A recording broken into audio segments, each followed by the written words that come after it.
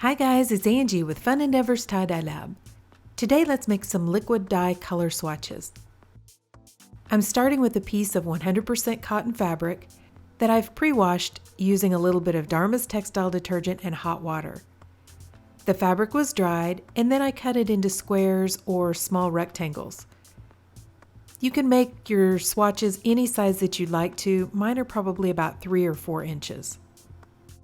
I use a permanent marker and I write the color name up in the right-hand corner of each piece of fabric. Then I take all of the fabric pieces and soak them in a soda ash solution the way I normally would a shirt. I allow them to soak for 20 to 30 minutes and then I wrung them out of my Panda spin dryer until they were just barely damp. I've already mixed up all of the dye that I want to make color swatches for. For this purpose, I usually only mix up about 2 ounces of dye.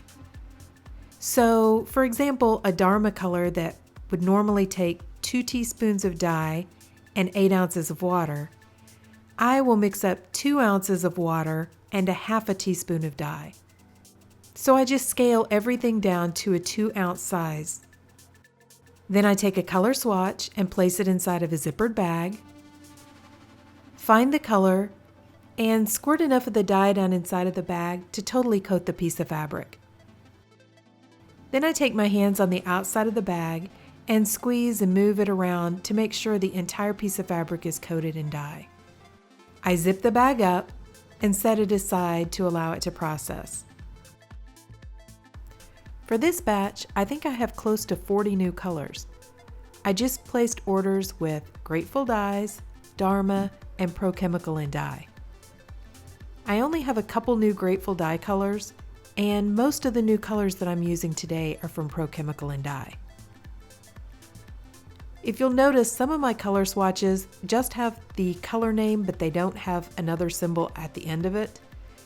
I put a PC at the end of each color that is a Pro Chemical and Dye color, a GD for Grateful Dyes, a CC for custom colors, and then since most of my dyes started out being Dharma colors, I just go ahead and put the color name without any kind of a letter at the end of it.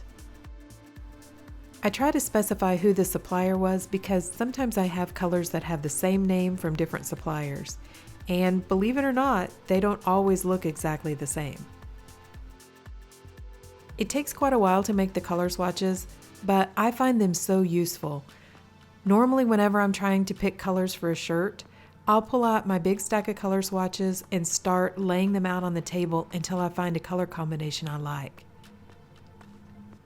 About a year or so ago, I started trying to make ice-dyed color swatches as well as the liquid-dyed ones. But I found that each time I would pull out my swatches to choose colors for a shirt, I would migrate toward picking up the liquid-dyed swatches. And so finally, I just gave up making the ice-dyed ones and stuck with making nothing but liquid-dyed swatches.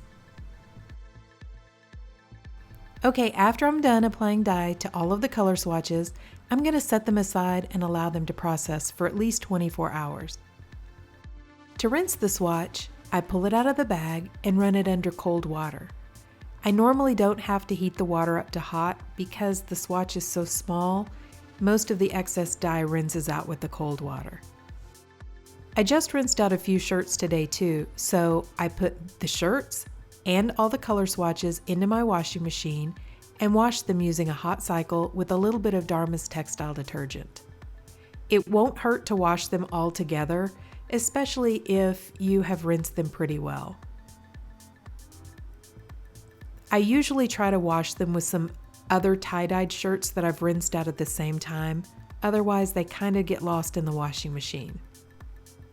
After I wash and dry all the swatches, I iron them so that they lay flat, and here's how they look. I really like the way my color swatches turned out, and I'm excited to try some of these new colors.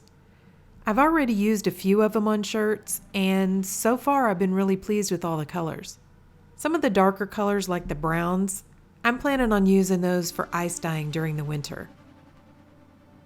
If you were wondering, I try to keep all the different color families together with my swatches and then just put them in a large pile. Then when I go to make a shirt, I can just pull the color swatches, lay them next to each other, and kind of get a good idea what those colors will look like on a shirt with each other. Here are all my swatches all together. Don't judge me, a girl's gotta have choices. Listen, if you guys have enjoyed this video, I sure would appreciate it if you would like it and subscribe to my YouTube channel. Thank you all for watching, and I hope you have a great day.